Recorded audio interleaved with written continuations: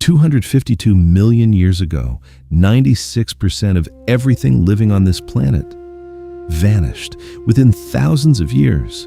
Poof, erased. I'm not talking about the dinosaurs. That came later. I'm talking about the end of a world that almost nobody knows. The Permian era. And you know what's the strangest thing about all this? That the creatures that inhabited that world were so strange, so brutal, so fascinating, that if you saw them today in a movie, you'd think they were pure science fiction. Stay until the end, because I'm going to show you the Permian creature that, according to many paleontologists, was the most lethal predator that ever walked this planet. And I promise you it's not the one you're imagining.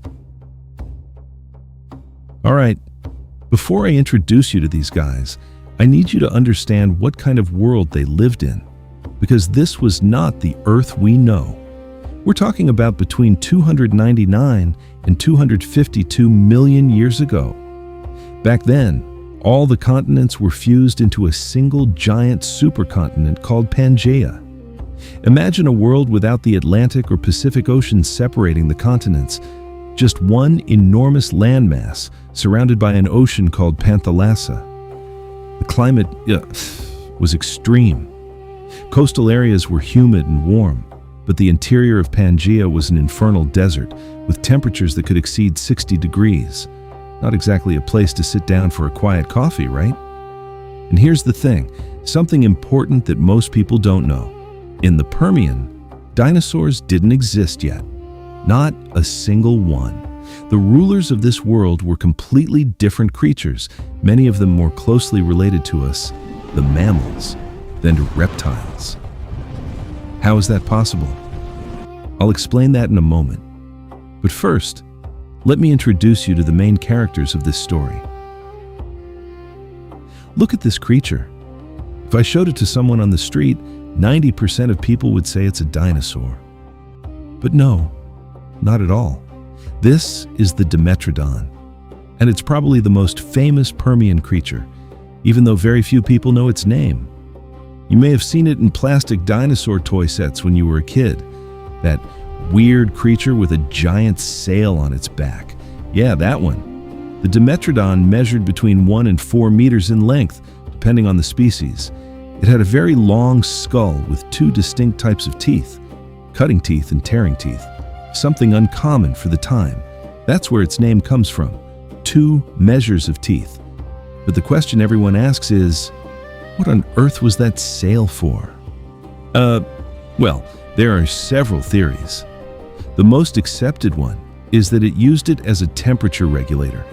Being a cold-blooded animal, it needed to warm its body in the morning before it could hunt.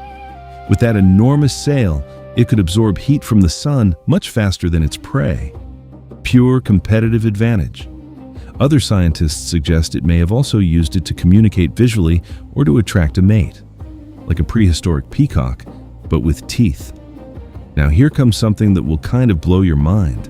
The Dimetrodon is genetically closer to you, to a human, than to any dinosaur you've seen in Jurassic Park. It belonged to a group called synapsids, which are the direct evolutionary ancestors of all modern mammals, including you. Remember I promised at the beginning that I'd show you the most lethal predator of the Permian? Well, here it is. This is the Gorgonopsid. The name comes from the Gorgons of Greek mythology. Those monstrous creatures with snakes for hair that would turn you to stone if they looked you in the eye. And look, when you see the reconstruction of this animal, you perfectly understand why they gave it that name. The largest Gorgonopsids reached 3 meters in length and weighed up to 300 kilograms. But the most impressive thing wasn't their size, it was their mouth. They had fangs up to 15 centimeters long, saber teeth. Yes, like the saber-toothed tiger we all know. But this was 200 million years earlier. The Gorgonopsid was the first to develop that strategy of giant fangs, and it worked brilliantly. How did it hunt? Look, this is fascinating. Paleontologists believe it used ambush. It didn't chase prey for kilometers like a wolf. It hid. It waited. And when the prey passed nearby, one single lunge, those fangs pierced the throat or the back of the neck. Fast, lethal, efficient. It hunted mainly the dicynodonts, the giant herbivores of the Permian, which I'll tell you about right in a moment. It was also like the Dimetrodon, a synapsid, another relative of ours. Although look, if you had to choose which of your ancestors to invite to dinner, I wouldn't choose this one. If the Gorgonopsid was the terror of the Permian, the dicynodonts were like the cows of that world, but cows that could weigh several tons. Dicynodonts were herbivores and were, by far, the most successful group of terrestrial vertebrates in the Permian. There were dozens of species, from small creatures the size of a dog to monsters of nearly 2 tons like Lisowica, discovered in Poland and presented to the scientific world in 2019. That's not so long ago. The most curious thing about these animals is their mouth. They had a horny beak like that of a turtle or a giant parrot, and only 2 small tusks. With that beak, they cut through tough plants and ferns. Some even dug burrows to protect themselves from predators. They were tough, adaptable, and very abundant. And here comes a fascinating connection. They were also synapsids, also relatives of ours. Although in this case, their evolutionary line did not lead to modern mammals. That branch went extinct. But their story survived in the fossil record to tell us what that world was like.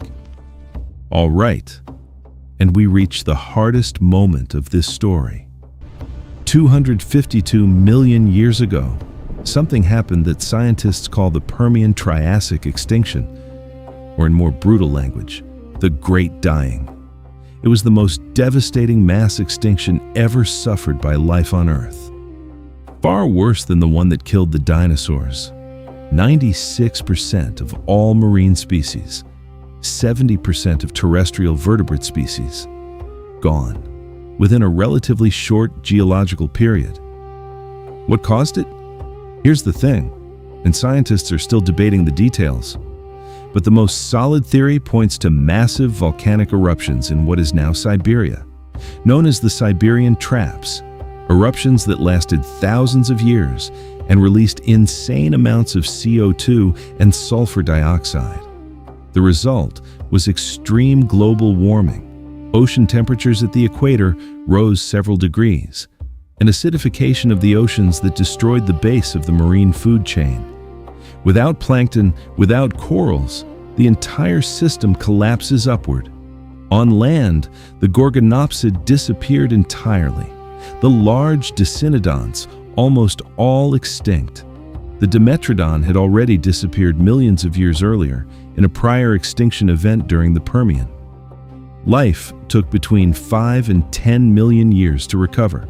To put it in perspective, in many places on the planet, the fossil record immediately after the extinction shows almost nothing.